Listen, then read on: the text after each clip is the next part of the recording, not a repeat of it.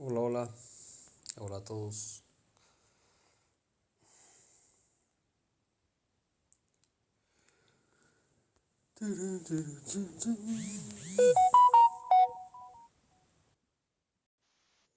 Hola, hola Matthew, ¿qué tal? Buenas Un saludo, noches. hermano. Tanto te haces rogar. Después de tanto tiempo, hermano, ¿cómo le va? Sí, siglos, ¿no? Todo bien, hermano, gracias a Dios. ¿Usted cómo va? Me he movido 5 centímetros, hermano. ¿Qué le parece? Te creo. Habla. ¿Qué opinas acá de este gran temazo, el cuadrarismo teológico? A ver, definime esos términos, hermano, que creo que ni Sproul los manejaba. Ese Gerardus es el Voss se asunto. queda corto a tu lado. Sí, no, es que no es una invención mía. Y vamos ahí. El No. cuadrarismo teológico, por ahí lo definió alguien de la siguiente manera. Cuadrarismo teológico es quedarte solamente en las confesiones de fe y encerrarte y no abrir tu mente hacia otras verdades de fe, por así decirlo. Es decir, Ya. cuadrarismo teológico en un sentido vendría a ser eh, no aceptar, por ejemplo, ser demasiado cerrados a la confesión, de lo que se nos acusa, ¿no? A los presbiterianos y también de la misma forma en algún punto a los bautistas particulares. Entonces, ¿qué propone el cuadrarismo teológico? El cuadrarismo teológico dice que podemos caer en las caricaturas por defender a la confesión de fe y que tenemos a la confesión de fe como principal regla de conducta y no a la Biblia. Es decir, estamos exaltando la confesión de fe y no a la Biblia. ¿Qué piensas de eso, Mateo? Primero te haré unas preguntas. El que ha dicho esto seguro es pentecostal, ¿o no? Sí, sí, sí, Ya. sí. Y a ver, para delimitar qué tipo de pentecostal es mi paisano. Ya, sí, sí, ya nada más, ya con esto está respondida.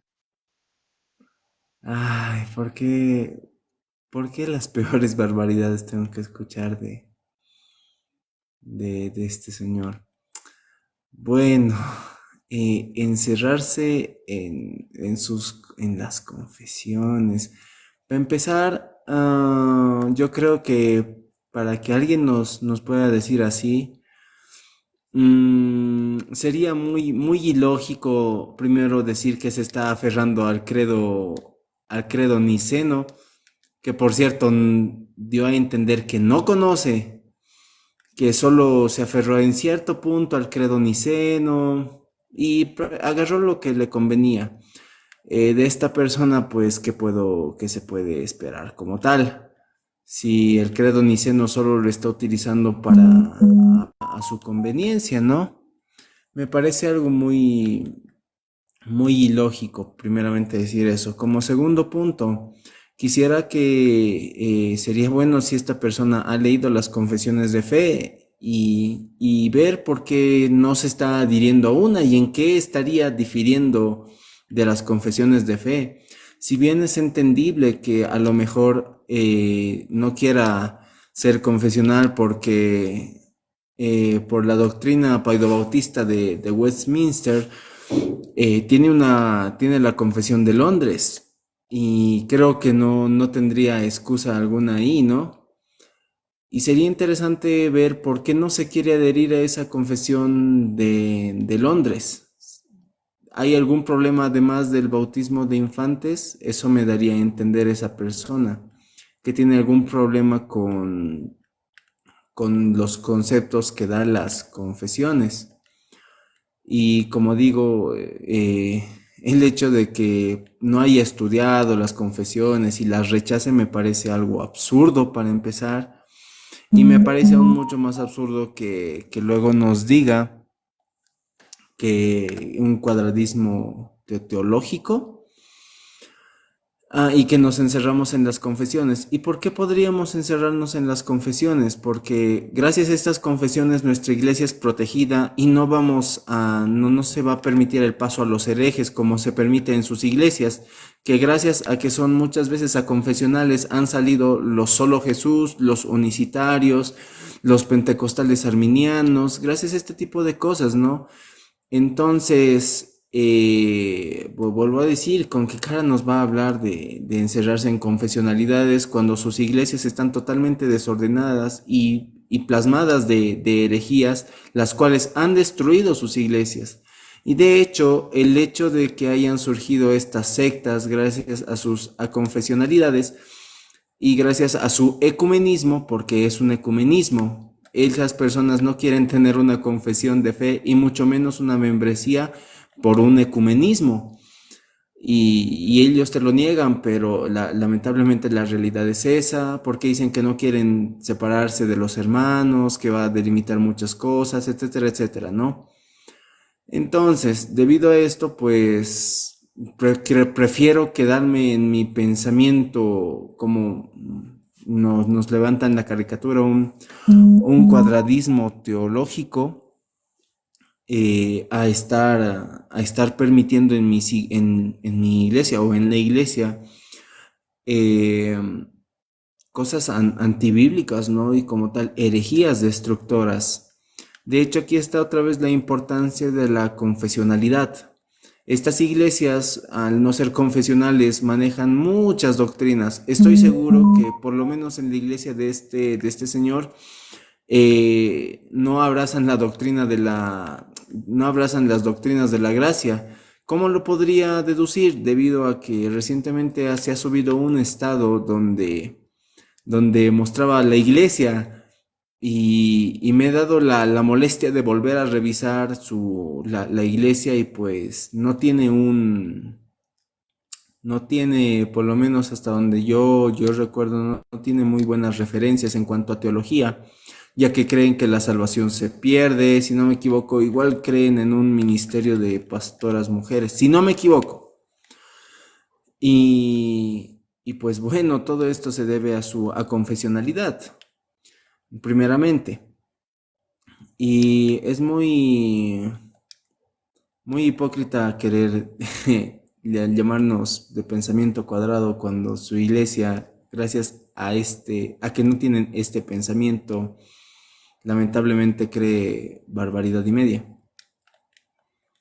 Así que eso estoy haciendo ahorita a esa denominación en específico, no estoy hablando de otras denominaciones como tal. Así que, y me parece un argumento muy, muy descarado en pocas palabras, hermano. Ok, gracias por tu opinión. Que conste que solo tu opinión, Matthew. Pero, saludos, Cristos Anesti, te pongo en contexto ya. El cuadradismo teológico se define o se definió de la siguiente manera. El cuadradismo teológico se definió en la siguiente forma, en lo que algunas iglesias históricas se encierran en confesiones y catecismos y que no piensan más allá de ello. Es decir, no estás abierto a escuchar otras posturas porque estás encerrado en algo y de alguna forma estás exaltando o estás poniendo en primer lugar la confesión de fe o el catecismo antes que la Biblia. Es decir, no estás siendo sola escritura. ¿Qué opinas, Cristos Aleste? Saludos, Cristos. Saludos, gracias por darme el chance. Un placer estar acá. Acá está mi hermano Paul, que él y yo siempre tenemos medio como esta conversación. Y yo le digo, es súper necesario las confesiones. Y él me dice, sí, es verdad, pero a veces como que te lleva a encerrarte. Siempre tenemos la misma conversación. Yo creo que es muy importante y que no es caer en un cuadradismo, sino que proteger a la comunidad, ¿no? Uno no siempre puede pensar en a ser el nuevo teólogo, ¿no? O en hacer siempre el pensamiento nuevo, o en siempre buscar la nueva forma de conceptualizar, ¿no? Como hablábamos la otra vez que pasaba con William Lane Craig y con muchos de estos eruditos, ¿no?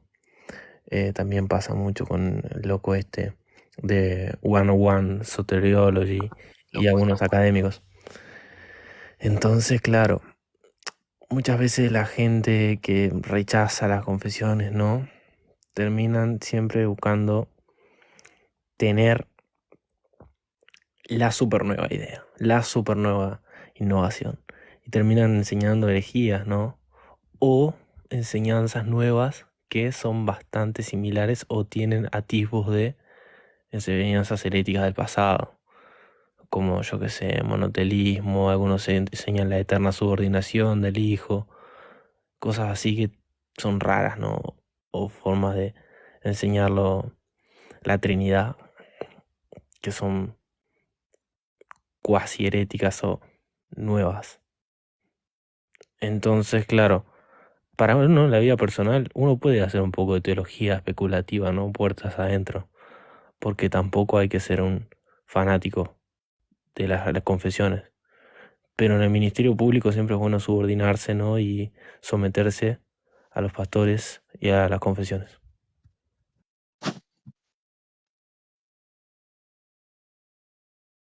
Ok, ok. Gracias, Cristos.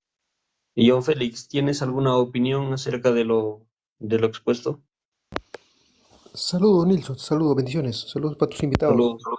Sí, estaba escuchando tu tema bastante interesante. ¿Por qué? Porque mira, estaba escuchando a Mateo decir de las confesiones, pero lo que no se dice es que las confesiones no son perfectas. Tienen doctrinas también erradas, equivocadas.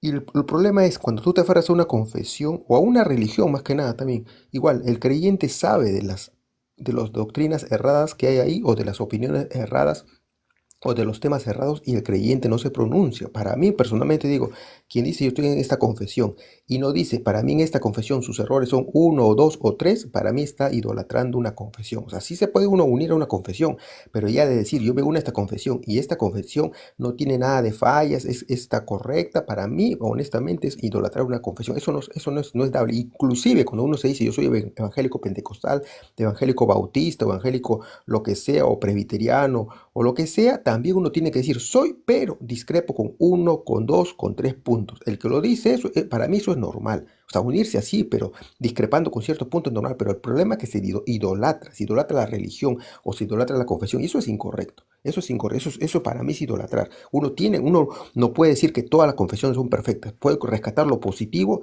y desechar lo malo, pero tiene que decirlo. Este punto uno, dos o tres es incorrecto en tal confesión que me he unido. Y así normalmente uno se puede unir, pero eso no se ve en general. Para mí se idolatra mucho el unirse a las confesiones. Ese sería todo, Nilson, gracias. Ok, ok, ok. De una manera, no sé Bueno, si me permite quiero. responder a eso. Algo eh, chiquito, un chiquito sí, como dicen sí, por ahí. respóndele y damos paso a Paul. Ya, primero tenemos que entender que estas confesiones no son infalibles, no son inerrantes, porque no son la Biblia, no son inspiradas por Dios, ¿cierto? Entonces, no son inspiradas por Dios porque muchas veces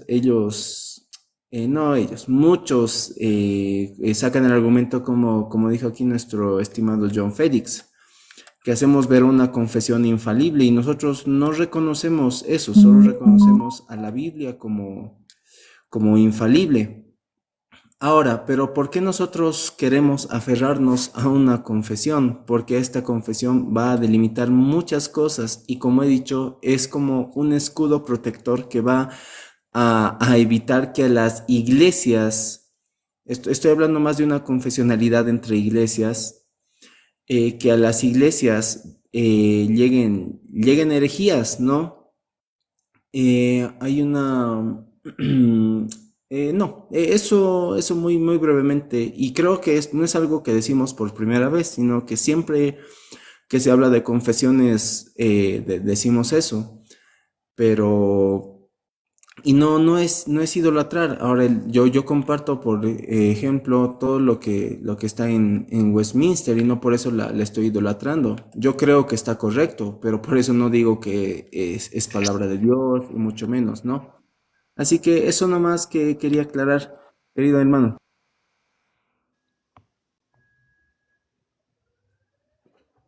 Bien, espero que John Félix se haya sentido satisfecho, así 10 que segundos, regálame 10 segundos nomás vamos. para que me respondas en el próximo. O sea, estás diciendo que la confesión de Westminster es perfecta. En sencillo lo has dicho. Ese es un error, pues. Nadie te va a aceptar eso. Ah, Gracias. Bueno, no, te vuelvo a ya, repetir, John yo Félix, no he dicho eso. Yo he nadie ha dicho que dicho eso. yo creo que está en lo correcto para mí. Yo nunca he dicho que tiene, que es una ley para todos, que es súper, que es al nivel de la Biblia, que es infalible, ¿cierto? Yo no dije eso porque yo creo que ha sido escrita por hombres, pero para empezar no han sido cualquier hombre, en todo caso han sido académicos bastante reconocidos Ok, los que han creado la confesión. Pero no por esto voy a decir que es infalible. Y vuelvo a repetírtelo, no estoy diciendo que es infalible y creo que debería aclararse eso, John, de nuevo. Ahora sí, ya, creo sí, que sí. quería hablar Paul. Sí, sí, sí. Ujú. Ahora es turno de Paul. ¿Qué tal, bro? Tema, ya escuchaste el sustento, Sí, cuadrarismo sí, sí. teológico. ¿Qué opinas? Bueno, acá la mayoría ya conoce mi postura en cuanto a el cuadradismo teológico o el reduccionismo teológico. Bueno, este es un tema muy picante y sé que va a generar mucha discusión. Producto del quehacer teológico personal y de el mundo evangélico hoy, más allá de las confesiones, está plagado de diferentes posturas, visiones, eh, argumentación, esquema teológico, un uso metodológico de las herramientas bíblicas que hay que hacemos uso para tener una sana doctrina, han ido a un punto extremo. Hemos pasado tal vez de una libertad inherente a un a una a esta palabra, a un extremismo de hacer cualquier cosa doctrina. Y en ese punto yo creo que las confesiones son necesarias. Como dice Matthew, ¿no? La teología. La confesión es el medio el cual te exime de la herejía en un punto de libertinaje o en un punto de pensamiento heterodoxo o pensamiento blasfemo. ¿Por qué? Porque te delimita el camino de lo que los primeros cristianos han pensado y han establecido como doctrina o como palabra de Dios en base al texto bíblico, no en base a su propio razonamiento, sino a un estudio metodológico que llevó años y mucho tiempo para desarrollarlo. En ese sentido, es esencial. Y yo creo que en los dogmas primordiales del cristianismo es mucho más importante, ya sea Trinidad, Cristología, bautismo, salvación, etcétera, etcétera. Y no tanto en temas secundarios. Entonces, ¿qué hace la confesión? Te exime, te guía por el camino. Hey, no vayas ni por acá, no vayas ni por la izquierda ni por la derecha, anda por el medio, porque el medio es lo que los primeros cristianos han establecido como verdad, y no es verdad porque ellos lo dicen, sino porque nace del texto. Por tanto, tengo que andar por el sendero y no pensar más allá del sendero. Pero pensar más allá en qué, hasta qué punto. Y ahí va el problema, es un mal necesario. Va el problema que al menos yo reconozco y otros eruditos más de las confesiones, que las escrituras, por ejemplo, afirman cosas muy diferentes y afirman diferentes declaraciones que difícilmente vas a encontrar en alguna confesión de una iglesia evangélica o reformada. Nunca encontrarás, básicamente, en sus principales confesiones cristianas, afirmaciones que el texto bíblico da. No la hallarás. Es imposible. ¿Y por qué? Porque aparentemente es siniestro, es oscuro, y se supone que una declaración doctrinal, una confesión o un credo, viene a ser una destilación de las ideas más importantes de un sector tradicional en teología. Pero, de alguna manera, estamos entrenados y entrenamos a las personas así para que piensen de esa manera, ¿no? Por ejemplo, y a mí incluso me han dicho por los live que hacía algunas veces, me han dicho anatema, heterodoxo, politeísta, enoteísta, y ahí está Nilsson de testigo. Escuché a Paul diciendo esto, a ver, vamos a revisar, voy a revisar mi confesión de Westminster, mi confesión belga, mi confesión Heidelberg, para ver qué dice. No, no está, no lo encuentro. Ah, es herejía. ¿Qué?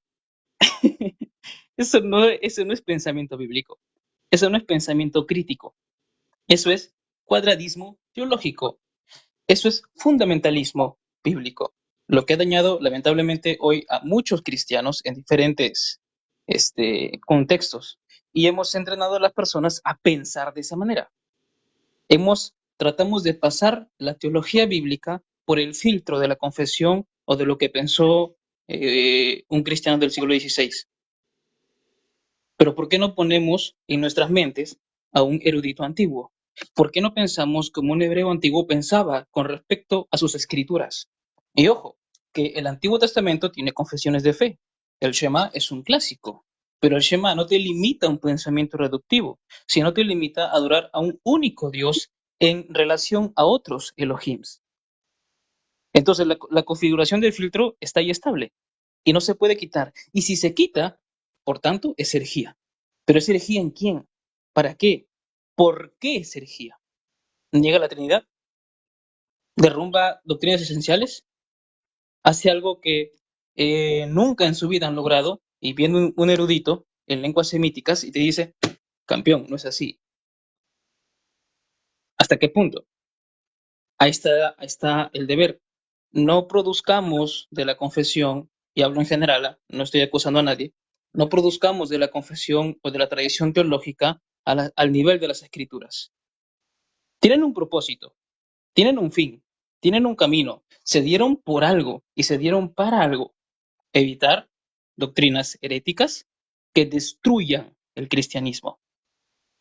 Pero de ahí no se puede sustentar a ponerla por encima de la Biblia, que todo lo que yo escuche, lea, capte o tan siquiera tenga un pensamiento libre, y no libre en sentido heterodoxo, sino libre en pensamiento no cuadrado, y tengo que filtrar eso. No libre, ahí está el problema.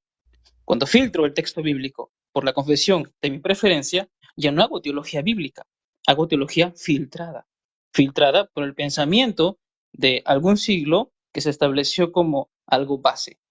Y ojo, no digo que se cambie, no digo que, Paul, entonces tú haces una teología bíblica, tú eres, Paul, tú eres ya el más. No, no voy a cambiar un pensamiento reformado, no voy a cambiar un pensamiento tradicional en lo absoluto. ¿A qué animo? Al pensamiento objetivo. Todos tenemos sesgos, todititos. Y creo que lo más honesto, al menos para un quehacer teológico sano, es no ser cuadrado, no reducir este punto. Como lo dije, la confesión sirve y sirve muchísimo. Y yo creo que con la proliferación de enseñanzas heréticas que están saliendo hoy, lo más recomendado es que sean confesionales. Y es así, es un pensamiento duro, pero tienen que ser confesionales. Porque si tú delimitas eh, en un pensamiento personal y no sigues la tradición eclesiástica, estás perdido. Entonces, como dice Anestis, ¿no? Como dice Juanma, el remedio siempre será la confesión.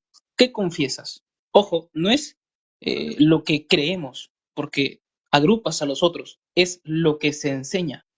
¿Qué enseñamos? ¿Qué es lo que el cristianismo en un tiempo adecuado enseñó? Y analizar lo que antes del cristianismo, en un pensamiento reducido, se enseñó. Por ejemplo, Orígenes y otros primeros pares de los primeros siglos de la Iglesia enseñaron distintas cosas a los del siglo XVI o posterior. El pensamiento que hoy abunda es de Agustín. Toda la teología cristiana es agustiniana. Y lo que piensa Agustín difiere un poco de los primeros padres o primeros pensadores cristianos, entre ellos Irineo o Orígenes, o incluso el pensamiento propio hebreo, producto de esa necesidad de excomulgar todo lo que sea judío, todo lo que sea hebreo, todo lo que sea antiguo, para tener un pensamiento sólido. Pero en ese pensamiento sólido, en esa buena voluntad, se desechó un material bastante rico. Y como lo digo, en mi pensamiento y en mi quehacer teológico, eso afecta muchísimo. ¿Por qué? Porque si yo enseño algo que la confesión no enseña, automáticamente estás delimitando energía. Y no, ni siquiera lo analizas. Ni siquiera te tomas el tiempo de hacer un estudio metodológico, sino que lo das de sentado. Y si no lo haces, pues dices, ok, es tu posición, está bien, para mí estás equivocado, pero ahí está bien. Entonces, eso diría de forma introductoria, bro. Ok, mira, te capto y te doy la razón hasta cierto punto. Ajá. Pero, ¿cuál es la beligerancia cuando no existe una confesionalidad? ¿Cuál es esa beligerancia? Muchas veces se cae en el intelectualismo propio. Y cuando caemos en el intelectualismo propio, ya estamos cayendo prácticamente en una herejía. Ahora, las confesiones de fe claramente son falibles. ¿Hasta qué punto sentido? Hasta cuando se logre determinar esto, ¿no? Ahora, creo que ningún reformado serio diría que una confesión o cierta confesión de fe es infalible, porque en las confesiones mismas se empieza con el capítulo de las Escrituras, donde se afirma que las Escrituras solamente son infalibles. En ese sentido, la confesión, ¿qué está haciendo? Está salvaguardando algo. Ahora, el,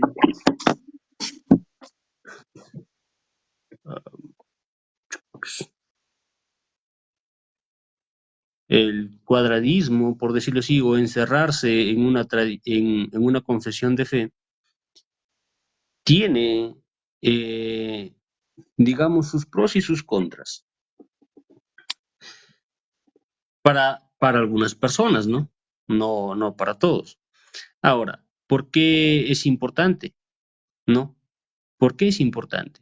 ¿Por qué es importante? ¿Por qué es importante? Porque todos dentro del cristianismo o dentro de una iglesia, dentro de una congregación, todos no tienen o no tenemos esa capacidad de investigar algo hasta cierto punto y poder delimitar muchas cosas.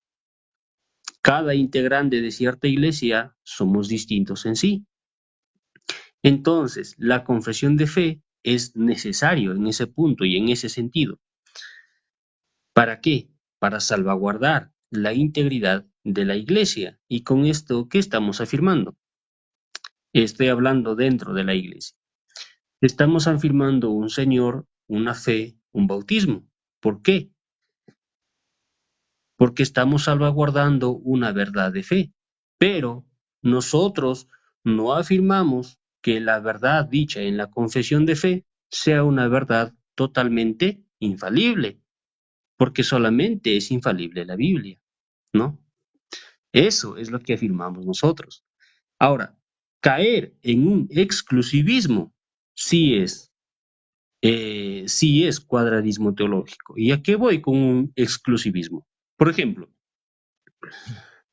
tenemos la confesión de fe de Westminster, que es Paido Bautista. Tenemos la confesión de Londres de 1689, que es Credo Bautista. En estas dos confesiones, ¿qué sostienen? Sostienen teología pactual. Pero una teología pactual distinta. Ahora, estas dos confesiones, ¿qué sostienen? Una es Credo Bautista y la otra es Paido Bautista. Ahora, ¿hay comunión entre ambos creyentes? Sí lo hay. Si alguien diría que existe un cuadradismo teológico, un cuadradismo confesional, ningún presbiteriano llamaría hermano a un bautista particular y ningún bautista particular llamaría hermano a un presbiteriano. Eso, para mí, es un cuadradismo teológico. ¿Por qué? Porque no abres tu mente más allá de la comprensión de las personas. Es decir, te cierras a tu propia confesión. Eso, para mí, es un cuadradismo teológico. Matthew, tienes la palabra. Exactamente, y voy a volver a repetir lo que decía Cristos, lo que dijiste tú, Nilsson. Concuerdo con lo que dijo Paul hasta cierto punto. No, eh, tenemos que empezar primero reconociendo que es muy peligroso es muy peligroso que alguien, para empezar, rechace algunos credos históricos. Vamos a irnos especialmente al credo de Nicea, ¿no? Tenemos que entender que hablo de los credos y luego hablo de las confesiones por si acaso, que cada credo ha sido dado en su momento debido a que han surgido herejías que estaban destruyendo la iglesia y se han puesto de acuerdo personas, académicos, no eran neófitos, ¿no? Para combatir las herejías. Por ejemplo, la herejía arriana que ha sido debatida, no, que ha sido defendida gracias al credo niceno, en el cual, por cierto, estaba participando Atanasio de Alejandría, el cual ha sido uno de los, creo que debería ser uno de nuestros principales referentes con respecto a este tipo de cosas, ¿no? Defendiendo especialmente la deidad de nuestro Señor Jesucristo. Atanasio de Alejandría tendría que ser nuestro principal referente respecto a esto, ¿no? Ahora, cuando yo estoy diciendo esto, no le estoy quitando valor a la Biblia, no estoy diciendo que voy a poner mi credo por encima de la Biblia. Bien lo ha dicho Paul. Y creo que incluso en su momento, hace varios meses, hemos hablado, ¿no? En un live junto con Eder Miranda, Cristiano Curioso, estaba Paul y estaba yo también. Estábamos hablando de estas confesiones y recuerdo haber dicho que estas confesiones van a nacer de las escrituras, no son invenciones como tal humanas, sino que nacen meramente de las escrituras. Y vamos a ver cómo nos vamos a dar cuenta que nacen de las escrituras, porque si se dan cuenta o si van a leer alguna confesión, especialmente en esos que son para estudios, tienen ahí abajo respaldos bíblicos, otros tienen entre líneas los respaldos bíblicos gracias al cual están afirmando ciertas cosas. Y esto nos va a ayudar a tener como le decía, un margen para evitar ciertas herejías. Pero ahora, con respecto a esto, vuelvo a repetir, nuestras confesiones de fe no son infalibles y estas tampoco nos están prohibiendo pensar más allá de la confesión, porque en la confesión en las confesiones de fe no se abarca absolutamente todos los temas de la Biblia, ¿cierto? Pero estas confesiones como tal nos están diciendo que tengamos ciertos parámetros. Y esto lo voy a hablar especialmente en temas de iglesia. ¿Por qué? Porque les voy a poner un ejemplo, y esto es mucho respeto a los hermanos que no se adhieren a las confesiones. Por ejemplo, yo tranquilamente, siendo paido bautista, puedo entrar a sus iglesias y puedo enseñar que el bautismo de infantes es bíblico. Nuestro hermano Christos Anesti puede entrar tranquilamente a una iglesia y enseñar que el bautismo salva bajo su postura luterana. ¿Y quién nos va a impedir esto? Si una iglesia no tiene una confesión definida, y mucho menos que se aferra a una confesión histórica, ¿con qué derecho nos van a impedir este tipo de cosas? Y estoy seguro que estas iglesias, al no tener confesión, no tienen membresía tampoco. Y no creo que estemos de acuerdo en decir que una iglesia no debería tener membresía, ¿no? Creo que eso es totalmente incorrecto decir. Y si es que no tiene, pues nosotros como cristianos, si sabemos, deberíamos promover una membresía en la iglesia, porque inconscientemente se promueve un ecumenismo, porque esto lo he escuchado y lo decía en mi anterior participación. Le pregunté a una iglesia pentecostal de mi ciudad por qué no quieren por qué no tienen membresía. Y me dijo, es que muchos hermanos se pueden salir, tiende a dividirse la iglesia, y en cierto sentido hay un ecumenismo en este tipo de respuestas. Vamos a querer que todos estén. Tal vez tenemos, como decía Juan Peña, una teología del pellizco, que sacamos de aquí algo, sacamos de allá otro, y en nuestra iglesia vamos a tener una sarta de herejías, una mezcla de herejías. Y quién sabe, tal vez tenemos suerte y encontramos algunas cosas buenas, ¿no? pero es muy, muy peligroso el hecho de que no tengan ni una membresía ni se aferren a una confesión histórica. Y yo me animaría a preguntar, por qué no aferrarse a una confesión histórica, entendiendo que no, volviendo a explicar que estas confesiones no son la Biblia? Así que eh, sería interesante que alguien más tal vez lo pueda explicar, ¿no?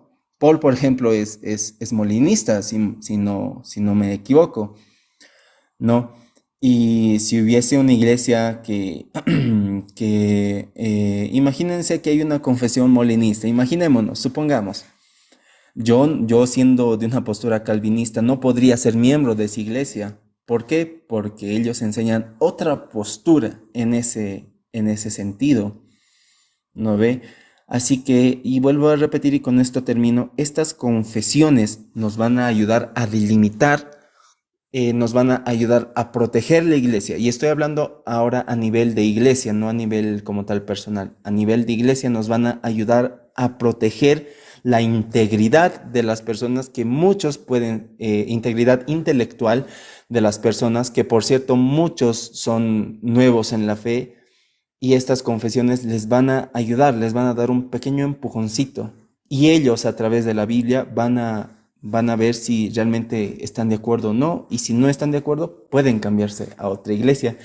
Y así se evita división en la iglesia.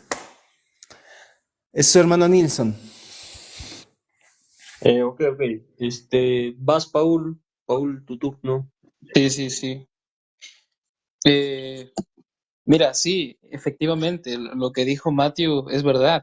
Ah, si no se pone una delimitante a un grupo cristiano, pues están en una libertad mala, en una libertad que es inicialmente incorrecta.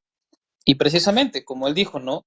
Confesión y credo es distinto. Credo es lo que se ha establecido para una doctrina bíblica. Es básicamente una declaración de creencias fundamentales en la fe cristiana y cualquier persona que no adhiera a esa fe automáticamente es anatema. Punto. No hay ahí grados de decir, ya, por ser tú está bien. No, ahí no hay esa delimitante.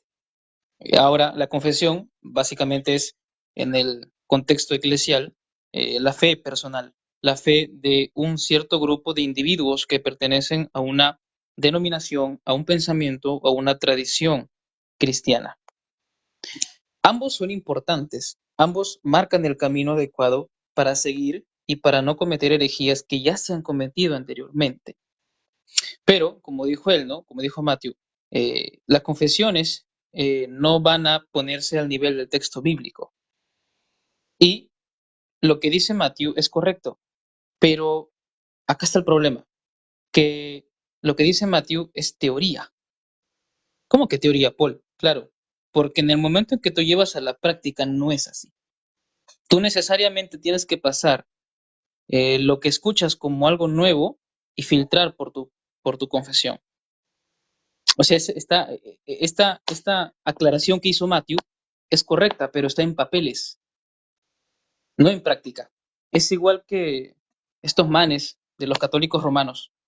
Ellos dicen que son unificados, que tienen una sola fe, que nunca hubo controversias por acá, por allá, que todos los católicos piensan lo mismo. Pero esa confesión o esa aclaración está en papeles.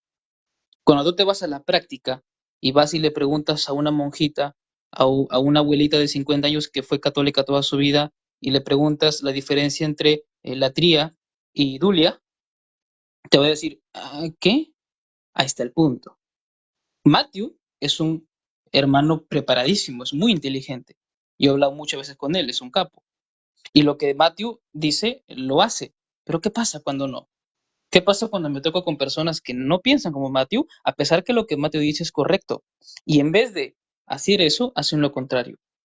Todo el pensamiento está dirigido hacia hacia un solo reduccionismo. ¿Y en qué cae? En cuadradismo, lamentablemente. ¿Y el cuadradismo a qué te lleva? queramos o no, y nos guste o no, te lleva a ser un inquisidor de primera. Cuando en lugar de ser inquisidor y anatemizar todo lo que escuches novedoso, nuevo, moderno, porque no está en tu confesión, y no le digo a Matthew, sino hablo en general, porque no está en tu confesión, automáticamente es incorrecto, en vez de hacer un análisis adecuado para demostrar que es incorrecto. ¿Por qué es incorrecto lo que dice Paul? ¿Por qué es incorrecto lo que dice XXX? Ah, yo no estoy de acuerdo, ¿ah? Ah, a ver, demuéstrame, argumenta. Sí, mira, porque acá el numeral 300... ¿Cómo? ¿Es en serio? Ah, es como decir que que la Biblia es palabra de Dios porque la Biblia lo dice. Argumento circular. A ese punto voy. Por tanto, como dice Matthew, hoy, lo mejor para hoy es que una iglesia adhiera a una confesión, adhiera a un credo, que necesariamente tiene que hacerlo, y tenga al menos declaración de fe. Tenga, como dice él, una membresía, para que no haya cosas equívocas y para que cualquier persona que venga de afuera y enseñe algo distinto a lo que la iglesia dice, simplemente no lo escuchemos. Hay que tener una armonía casi perfecta, que es evidentemente difícil porque hasta hasta los que más tratan de ser delimitantes o muy meticulosos caen en error. Pero ese error no te tiene que llevar a un pensamiento cerrado, sino a tener pensamiento crítico, que es complicado, lo sé. Se puede dar como que no, y eso es asunto de cada persona. No contribuye a la salvación, evidentemente, pero sí contribuye a tu relación con los demás. Y una aclaración, ¿no? Muchos han dicho el molinismo, que él mencionó. El molinismo no es soteriológico. Vale, eso varias veces lo he dicho ya. El molinismo no es un pensamiento soteriológico, no tiene nada que ver con la salvación. Ese es el problema cuando escuchamos a expositores como Craig, que es molinista y es arminiano, hablar de molinismo. El ejemplo. Nada, bro, no pasa nada. Solamente como aclaración. El molinismo simplemente es una postura filosófica. Punto. No tiene nada que ver con ser salvo o no. Incluso Alvin Plantinga, un pensador cristiano teísta defensor más grande que tiene el siglo XXI, es molinista y adhiere a un pensamiento reformado. Así que no tiene nada que ver con la salvación. Entonces, eso como acotación, ¿no? Y a eso voy. Eh, Indudablemente, Paul, ¿a qué grado te inclinas? La iglesia hoy tiene que ser confesional, queramos o no, me guste o no. Y acá tampoco no es que me guste, sino que necesariamente se tiene que confesar un credo. Porque yo antes de venir acá a este live, por ejemplo, de Nilsson, me fui a otros. Hermano, las estupideces y herejías que hablan. Tú te quedarías asombrado de cómo el yo pienso, el yo creo y el a mí me parece se ha adueñado de la iglesia, se ha adueñado del texto. Pero ¿por qué no vamos a lo que se ha creído? ¿Por qué no voy a a lo que la iglesia ha sostenido, a lo que ha confesado como verdad? El credo de Calcedonia, el credo de Constantinopla del Concilio III, el credo atanasiano, que son vitales, como dice Matthew, vitales para mantener el cristianismo ortodoxo vivo. Y como él bien aclaró, tanto las confesiones no tienen el credo apostólico. Las confesiones no tienen el punto de examinar toda la Biblia, ¿no? Decirte cada punto, cada punto. No. Ahí, bueno, papi, haz tu quehacer teológico. Y para que ese quehacer teológico sea fructífero, tu confesión o tu adherencia a algún pensamiento particular no tiene por qué reducirte o delimitarte o ponerte un stop. Ojo, no hablo de stop en herejía, hablo de stop en libertad crítica. En libertad crítica. Y libertad crítica no te hace, por tanto, heterodoxo o con pensamiento más allá de lo que la confesión dice. No, pensamiento crítico te hace alejarte del sesgo y analizar el texto como tal y está. ¿A quién le soy más fiel? ¿Al texto o a lo que yo creo? Yo como bautista, ¿a qué le hago caso? ¿A lo que la denominación bautista dice o a lo que dice el texto? Es por eso que dice Matthew, y todos confesamos eso, ¿no? No están a la par. Hay distinciones, hay delimitantes. Entonces creo que ese es al menos la postura que yo me suscribo, a lo que yo creo, confieso y me parece adecuado, tener un pensamiento estable, neutral, no inclinarse ni por... Los extremos siempre son malos, tener un pensamiento medio, y no un medio de que, un medio malo, sino un pensamiento adecuado, correcto para un desarrollo cristiano agradable, porque eso te va a liberar de un pensamiento anatemizador, ¿no? Yo quiero reforzar mi postura para darle por la cabeza a los que piensen distinto a mí. El otro, Paul quiere hacer esto para que Paul destruya por la cabeza al que piense distinto a Paul. Ese es un pensamiento muy pobre. Eso es un mal teólogo, queramos o no. Hago todo lo posible, crezco en sabiduría para darle por la cabeza al que piense distinto a mí y ¡pum! Le gané. Hoy vemos eso. ¿Es bueno o no? Es malo. Te lleva a pensamientos y a comportamientos inadecuados que no nacen del fruto del espíritu. ¿De qué te sirve tener confesión, campeón? Si tienes una actitud desagradable. Y no es porque, es que no están de acuerdo conmigo. No, no es por eso. Es porque cómo te comportas. Una cosa es que yo no esté de acuerdo con Matthew en algunas cosas, él conmigo, y nos llevemos súper bien. Y no que me quite el habla. Y no que me diga, yo no hablo con Paul porque sabes que Paul a mí me parece inadecuado, una persona irrelevante, sus aportaciones son paupérrimas. No, en lo absoluto. A eso es lo que queremos evitar. ¿Pero qué te lleva a eso? Estén de acuerdo o no, hermanos, te lleva al cuadradismo. El tema que está tocando Nilsson. Quería mencionar otra cosa, pero se me olvidó. Así que eso sería, hermano. Mejor que se te olvidó Paul. Eh, mira, el punto del cuadradismo. Por eso mencioné temas, ¿no? Por ejemplo, en la formulación histórica de la Reforma, ¿qué se promulgó? Las tres unidades confesionales o las tres formas de unidad confesional. Y en esas tres formas de unidad confesional están delimitadas dentro de una congregación. Es decir, que la confesión de fe, ¿para qué sirve? ¿Por qué? ¿Por qué hay una unidad fundamental si las confesiones de fe, las históricas, tienen distinciones? Hubieran sido iguales, ¿no? No, tienen distinciones, pero entre ellas mismas, entre los teólogos que las propusieron, ellos dijeron que hay una unidad fundamental de fe en todo eso. ¿Por qué? Porque hay una base de todo.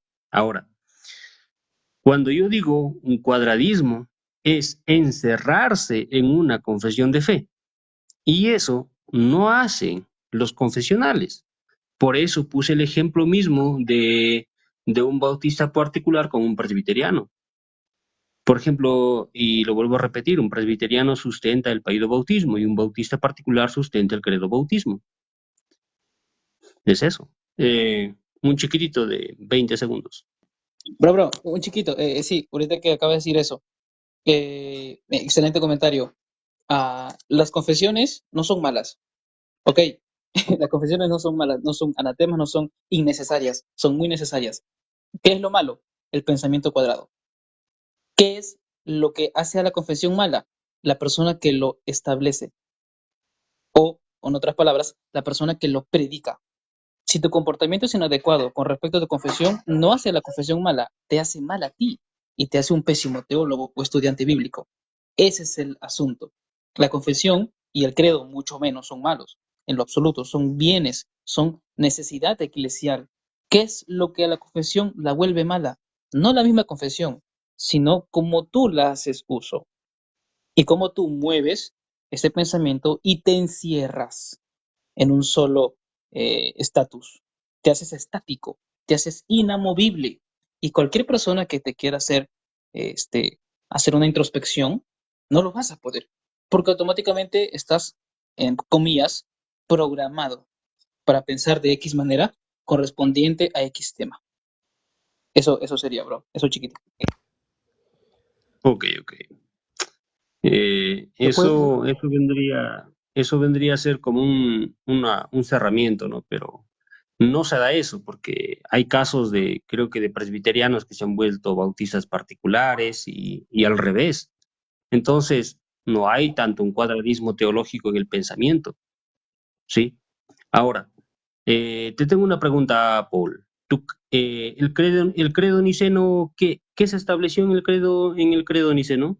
No recuerdo muy bien porque quiero preguntarte porque creo que es uno de los credos que establece verdades fundamentales de fe y negarlo es como caer en herejía. Paul,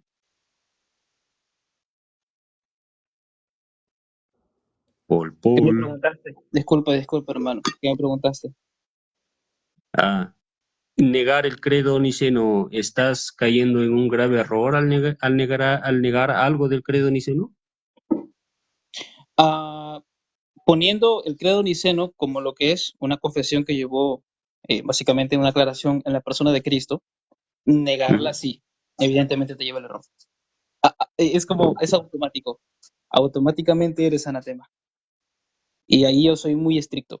Por eso dije, en pensamientos dogmáticos, como es la cristología, la salvación, la Trinidad, los atributos de Dios, y todo lo que tiene que ver con ese tema y otros tópicos más, negar eso te hace anatema.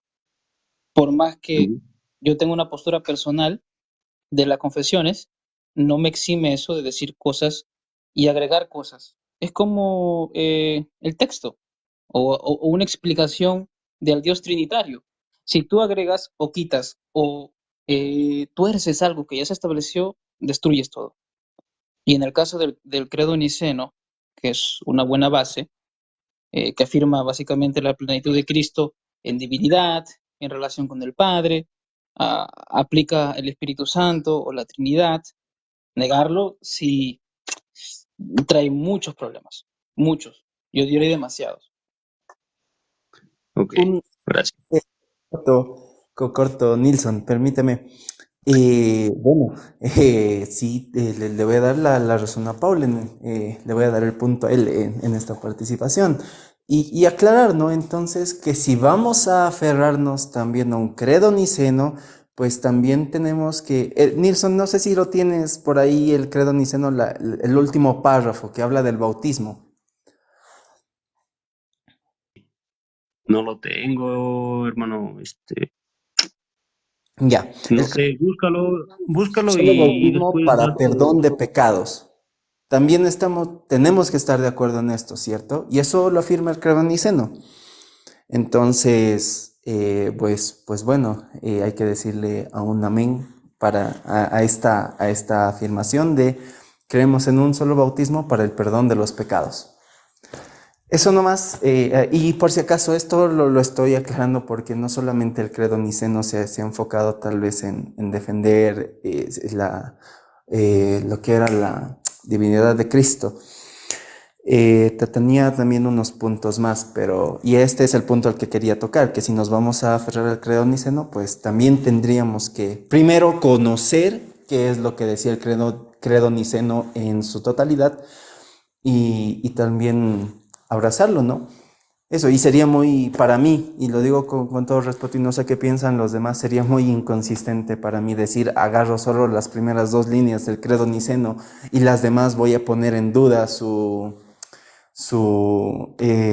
veracidad bíblica. Así que eso me parece muy inconsistente decirlo. Eso nomás, adelante, hermano. ok. Tu última participación, John Félix. Ok, gracias, Nilsson. Un ratito para discrepar con mi amigo Paul, lo que has dicho de los credos tiene sus errores, Paul. No sé si te has fijado, uno de ellos te ha mostrado, Mateo. Hay otro, uno de los credos que creo que dice que a Jesucristo le dicen Dios de dioses. Ojo, a Cristo le dicen Dios de dioses. Eso es 100% antibíblico. Al Padre le puede decir Dios de dioses. porque la Biblia dice que el Padre es Dios de Cristo en autoridad, no en divinidad, pero que Cristo sea Dios de dioses es una expresión incorrecta, es antibíblica. Es que ese es el temita, es que no se puede decir que los credos o las confesiones son perfectas. O sea, ustedes antes escuchado a Mateo decir, sí, las confesiones son infalibles, pero no lo dicen. O sea, tienes que decir tú, mi confesión presbiteriana de Westminster no es infalible y los puntos que he detectado son 1, 2, 3 puntos. ¿Lo dice en general los presbiterianos? No lo dice. Entonces, en sencillos, sin ofender, le digo, están idolatrando una confesión. O sea, es imposible que ustedes, como tienen años estudiando sus confesiones, no detecten, aunque sea una posición. Yo le he dicho a ustedes muchas veces, yo soy evangélico por más de 20 años. Yo he detectado falsas doctrinas de mi comunidad, las he hablado con mis autoridades y les he corroborado que son falsas. Entonces, un creyente que no detecte la falsa doctrina de tu religión, sea la que sea, o de tu confesión o de tu credo, para mí estás idolatrando a una religión o a un credo o a una confesión, y eso es incorrecto. Para redondear la idea, sin ofender, porque sé que acá la mayoría son presbiterianos, yo ayer le he escuchado hablar a mi amigo Claudio diciendo, primera vez que he escuchado a un presbiteriano ser honesto, diciendo, el bautismo, no hay texto claro en el Nuevo Testamento que lo diga. Mira, así de sencillo, no le estoy agregando sus palabras. O sea, ¿qué cosa está diciendo? Que es una doctrina no tan clara, corroborada con texto bíblico en las Escrituras, sino que ahí sacan el jueguito de el pacto, no sé qué, el pacto que ustedes dicen en la gracia, no sé qué explicación dan ustedes en su teoría.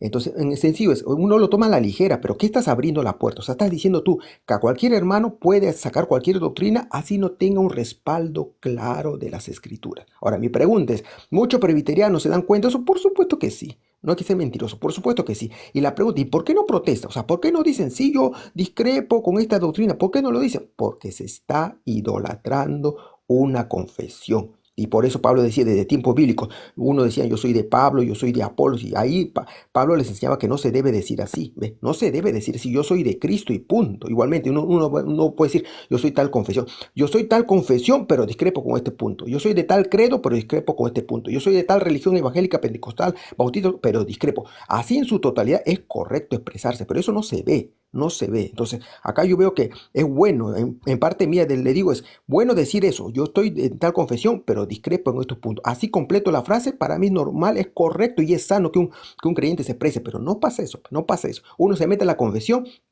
lo idolatras, tienes miedo de refutar porque sabes que tus amigos se te van a ir o lo que sea, pero te caes boca calladita. Para mí eso es incorrecto. Y en sencillo es idolatrar, sí, sin que se ofendan ustedes. Le digo todo respeto. Gracias, más bien, Nilsson, me retiro para que participe tus invitados. Bendiciones. Listo, ok. Bendiciones, John Félix. Hasta pronto. Mira, es un gran error solamente tomar una frase fuera de contexto, ¿ya? Esta frase ha sido dicha por muchos teólogos reformados acerca del bautismo. ¿Y por qué? ¿Y a qué se está citando en sí? Se está citando que no hay un texto explícito que enseñe el bautismo. Y luego, por ejemplo, Luis Berkhoff dice algo parecido. Pero Luis Berkhoff, después de eso, en su teología sistemática, ¿qué dice? Da 5 puntos de sustento bíblico, porque el bautismo es bíblico. Pero todos tenemos entendido que es una teología pactual, es una inferencia lógica que se hace, no es una inferencia inventada, ¿sí? Pero entendamos el contexto en el que estos teólogos reformados afirmaron estas cosas. No saquemos una frase y digamos, oh, mira, sí, no, o sea, seamos consistentes. Ebert, ¿qué piensas acerca del cuadradismo teológico? Muy buenas noches, mis hermanos. Dios le bendiga grandemente.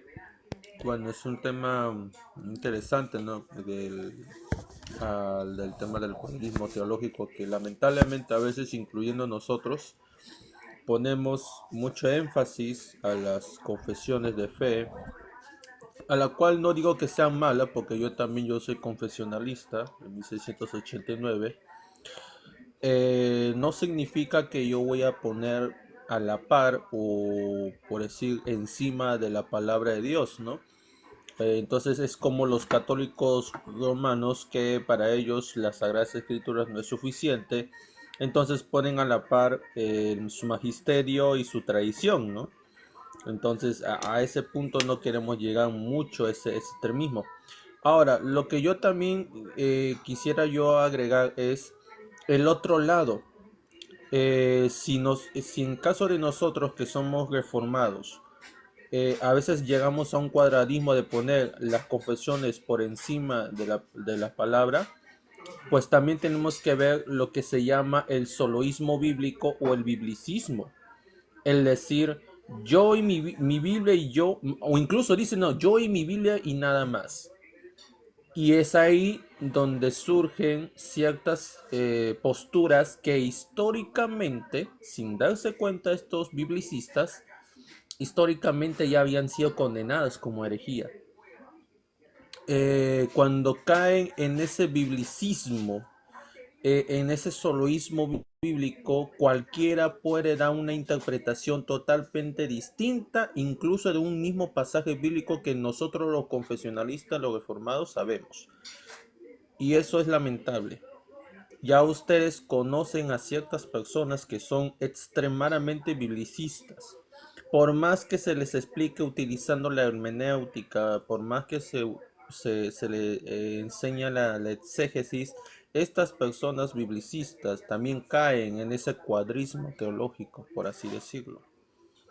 Entonces, yo utilizando las confesiones, incluso no solamente yo estudio la confesión de Londres, yo estoy también leyendo, por ejemplo, estoy leyendo la confesión belga, la segunda confesión helvética, y mira, justamente, y quisiera agregar, justamente la segunda confesión helvética, ahí se encuentra un artículo de la cristología, cuando una persona muy conocida en las redes sociales, bueno, voy a mencionar el nombre, herejía avanzada, afirmaba de que Jesucristo no tenía un alma.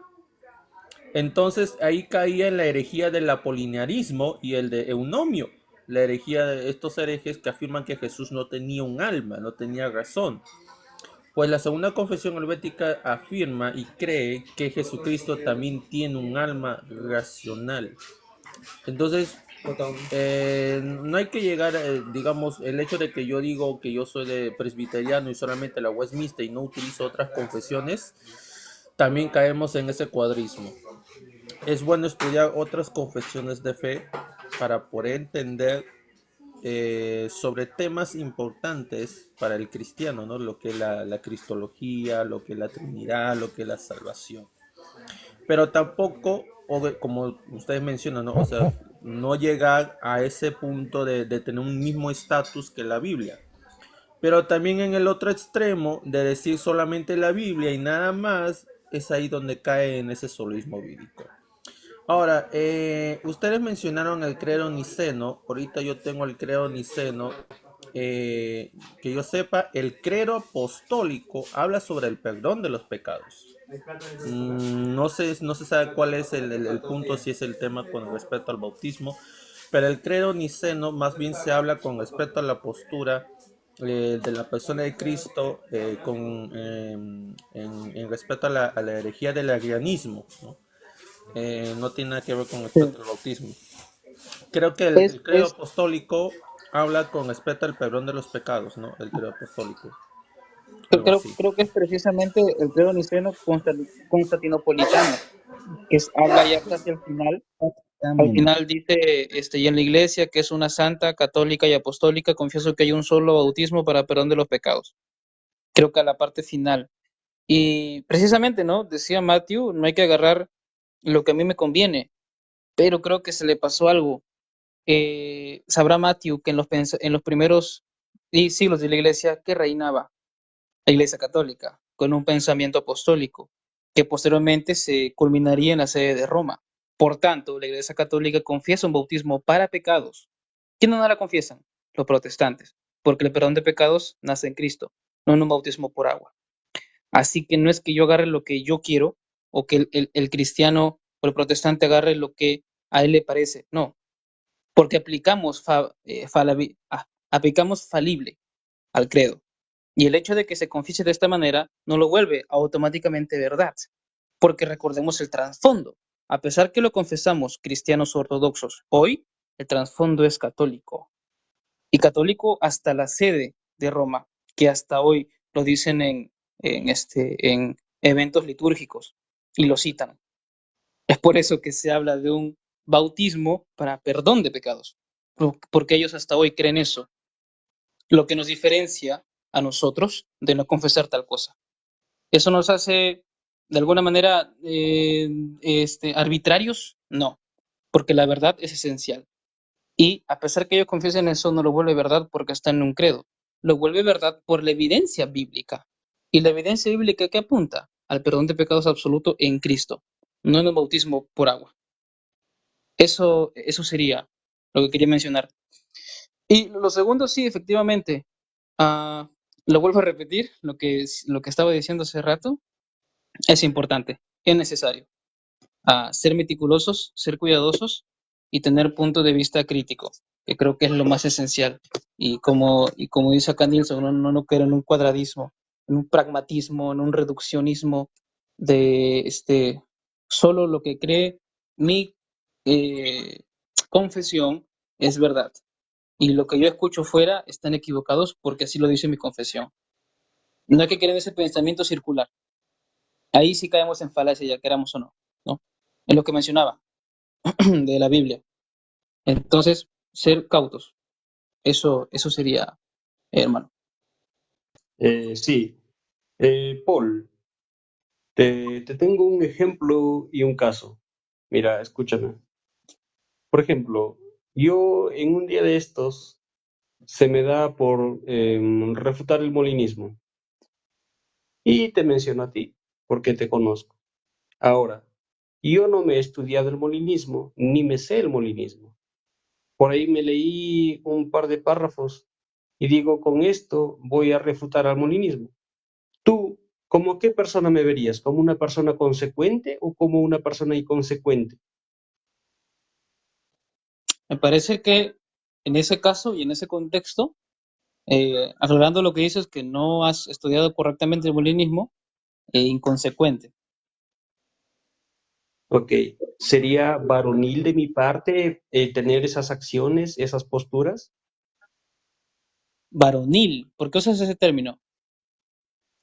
A ver, al menos en Perú usamos un término de hombre o Un de, término o sería, de, o de, un o de término no ser correcto tan hombre. sería, un término correcto sería ético. Ok, sí. ¿Sería ético de mi parte afirmar o querer refutar algo que no sé o no conozco? ¿O sería no ético de mi parte? ¿Qué sería por? Claro, sería no ético, evidentemente. ¿Por qué? Porque estoy yendo contra mi propia conciencia, hermano. Ujú, ujú. Y mira, muchas veces se da esos casos. ¿Y qué hacemos? ¿Ah? Claro. Somos inconsecuentes, brother. Démonos Ujú. cuenta también de las cosas que decimos y hacemos, ¿no? Sí, sí. Y seamos consecuentes con lo que hablamos y decimos. Claro, es Bueno, por eso que, por ejemplo, eh, mira, yo no me meto en conversaciones de bautismo y no me vas a encontrar tú, nadie, me va a encontrar en temas de bautismo, en temas de membresía eclesial, en temas, tal vez de liturgia, de tradición o de otra cosa que no sea mi campo. ¿Por qué? Porque no es mi campo. No hay que ser, como dice Nielsen, no, inconsecuente. Es por eso que yo puedo tener una postura, o en escatología, por ejemplo. Yo puedo tener mi postura y puedo creerla, sí, no, argumentarla, corregirla, mejorarla, X. Pero de ahí a pasar a hablar o dialogar con una persona, por ejemplo, si dialogo con Matthew sobre membresía eclesial, me saca las patas en una, quedo completamente derribado.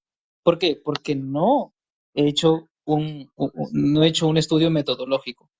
Al igual que una persona que hable de molinismo, si ni siquiera ha salido de la concordia, ¿no? En ese camino. Entonces, precisamente, yo me eximo. Por ejemplo, esa vez que se unió, habló, creo que, claro, pero vino el sábado, sobre el bautismo, ¿no? Paido, credo. Se unieron varios. Yo me salía, uní un rato porque no voy a aportar nada bueno, porque no he hecho un estudio bueno. Entonces, hay que ser consecuentes con lo que estudias.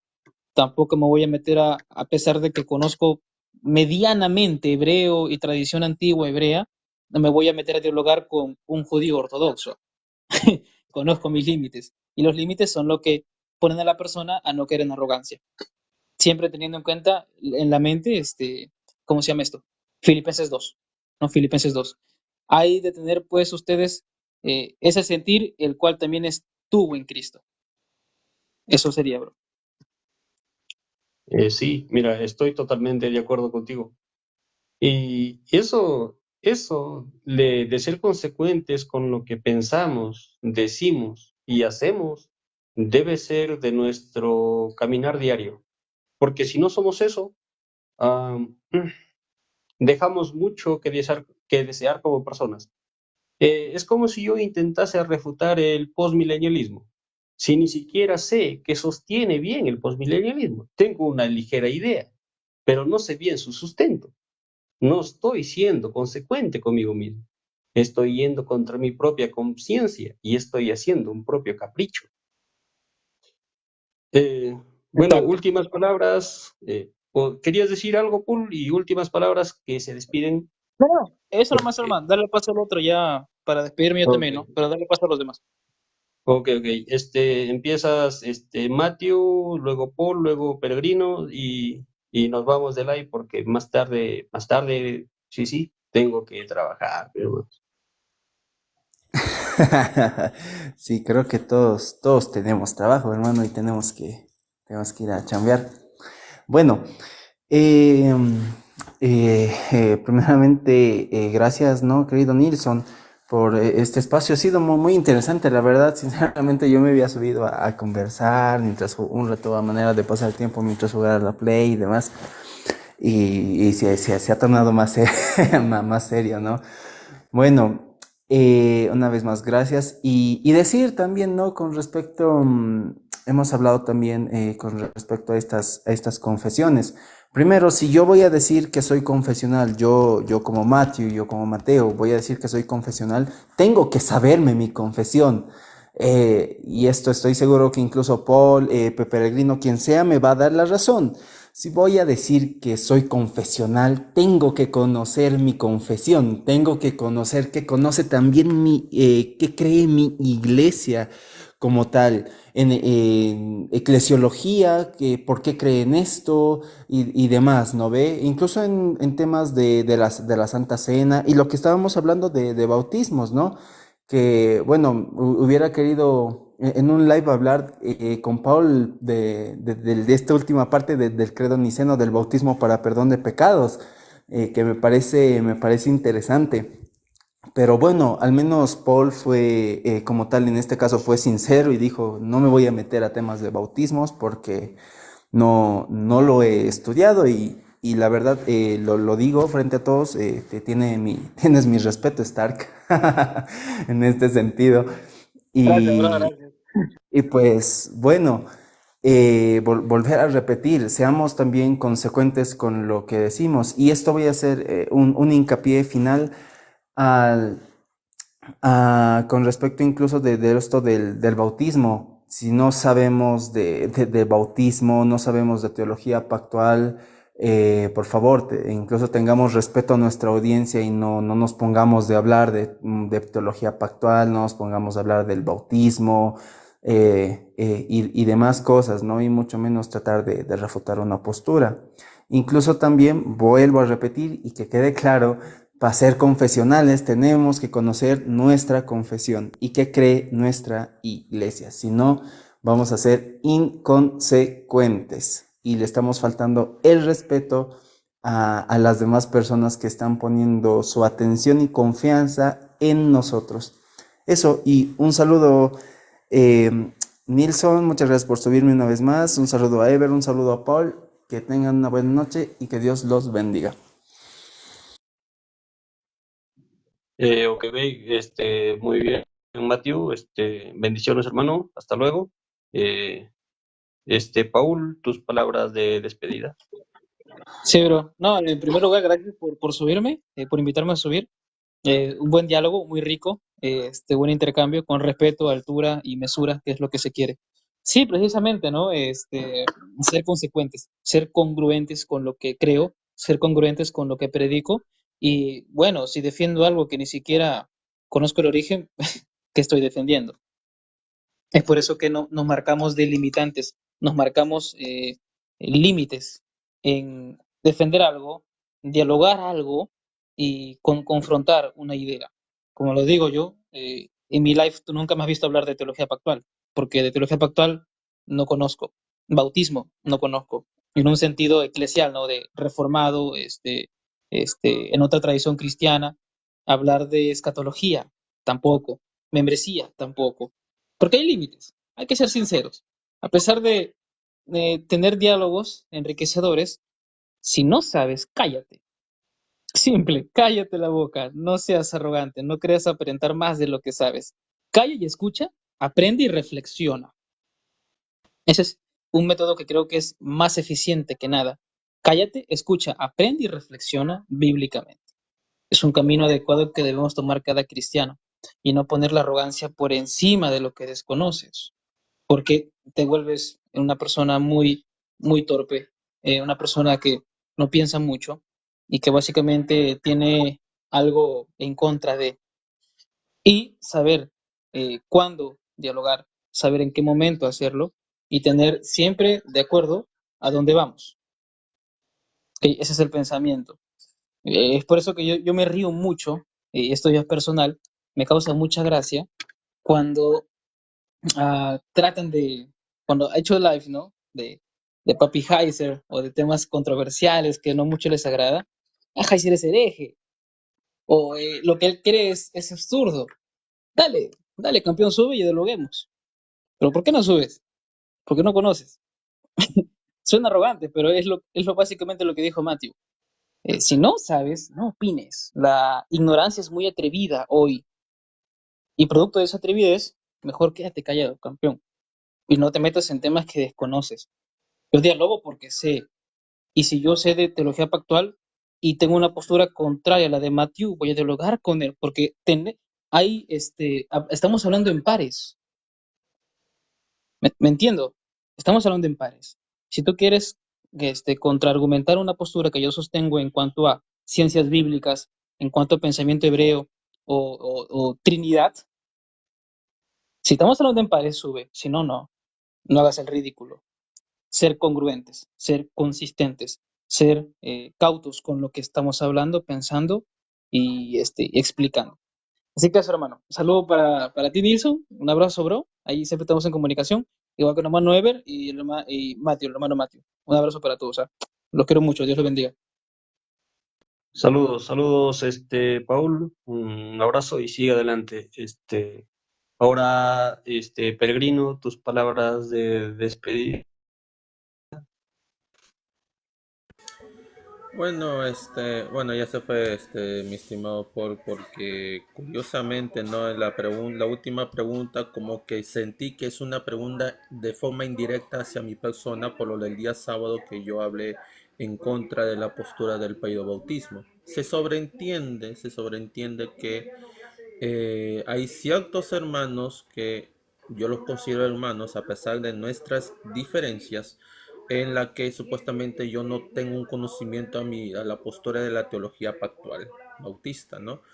Y obviamente yo llamé sectario porque a veces cae en ese cuadradismo teológico, de la cual muchas personas creen que por tener una teología pactual, entre comillas, perfecta, y los demás, si no están de acuerdo con la postura, entonces están equivocados o desconocen, ¿no?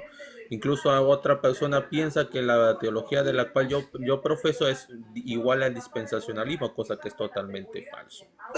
Entonces yo presentí, bueno, acá los comentarios dice que es general, pero yo presentí que es algo directo o indirectamente hacia mi persona de lo que pasó el día sábado y de hoy día hasta el día de hoy, consecuentemente sigue con este dilema. Yo en ese día yo ya puse fin a este tema, pero a veces los demás hermanos celosos por la teología pactual de la cual ellos profesan, al decir nosotros que somos credo bautistas, entonces empiezan obviamente con comentarios y digamos con fórmulas o ideas, creyendo que nosotros los bautistas estamos equivocados y ustedes están en lo correcto, ¿no? Entonces, entiendo ese cuadradismo teológico que lamentablemente se han percatado y con la pregunta que tú has hecho, Nilsson, siento que fue algo directo hacia mi persona o de forma indirecta. Pero igual, agradezco estar en tu live. No voy a tocar ese tema. Sé que hay muchos hermanos muy celosos de estos temas. Obviamente me van a tirar de ignorante porque yo no conozco el federalismo de 1689 por ciertos hermanos. Pero igual, se le entiende. No voy a tocar esos temas porque son temas sensibles para ellos. Yo seguiré predicando, seguiré compartiendo mi postura bautista confesional, aunque muchos lo consideran como una copia barata, pero bueno, el que no lee historia está condenado a repetirla, bien dice un viejo refrán. Igual Nilsson, Dios te bendiga grandemente, hermano Paul, igual Dios te bendiga y no caigamos en ese cuadradismo como la última pregunta que acaba de decir. Igualmente, saludos y bendiciones. Ok, aclaro algo. ¿Por qué? ¿Por qué hago esta aclaración? Fue general, por eso mi ejemplo fue en refutación al molinismo. ¿Por qué? ¿Por qué Oye, hablo en forma general? Porque es algo que debemos tener todos presentes, no solamente algunos, sino todos. Eso nada más. sí, yo también quería decir eso, bro. El mismo, ¿cómo es eso, man? No, sí, creo que lo mío sí fue general, hablo personalmente. Por eso digo, yo no voy a meterme a hablar de cosas que no sé. En el live de Ever del sábado, es más, yo me uní al live y le hice preguntas a Ever porque desconozco. Le dije, bro, ¿cómo hacemos con este pasaje? O cómo un bautista entiende tal cosa y por qué lo tergiversan y así. Y él me respondió, no, ahí está el live, ahí está la grabación. Yo me subí no a confrontar a Ever ni a Matthew, sino a dialogar y a preguntar, porque desconozco del tema. Así que sí, soné, ojo, porque Dios conoce mi corazón. Dios conoce lo que yo he pensado y lo que yo he dicho. Si soné indirecto y si soné como que diciendo, metiendo este sarcasmo, morbo, pido perdón o disculpas. No, no fuese mi intención. Suelo ser muy directo, suelo ser muy franco cuando digo las cosas, pero acá incluso está Matthew, ¿no? Matthew también estuvo ahí. Yo subí y le pregunté a ambos y ambos aportaron y yo aprendí, porque en ese tema no estoy muy versado. Entonces, si soné como que tirando piedra para este y para el otro, mil disculpas, bros. Yo los amo en el Señor, los considero mis hermanos y estamos aquí para crecer, ¿no? Entonces, todo excelente.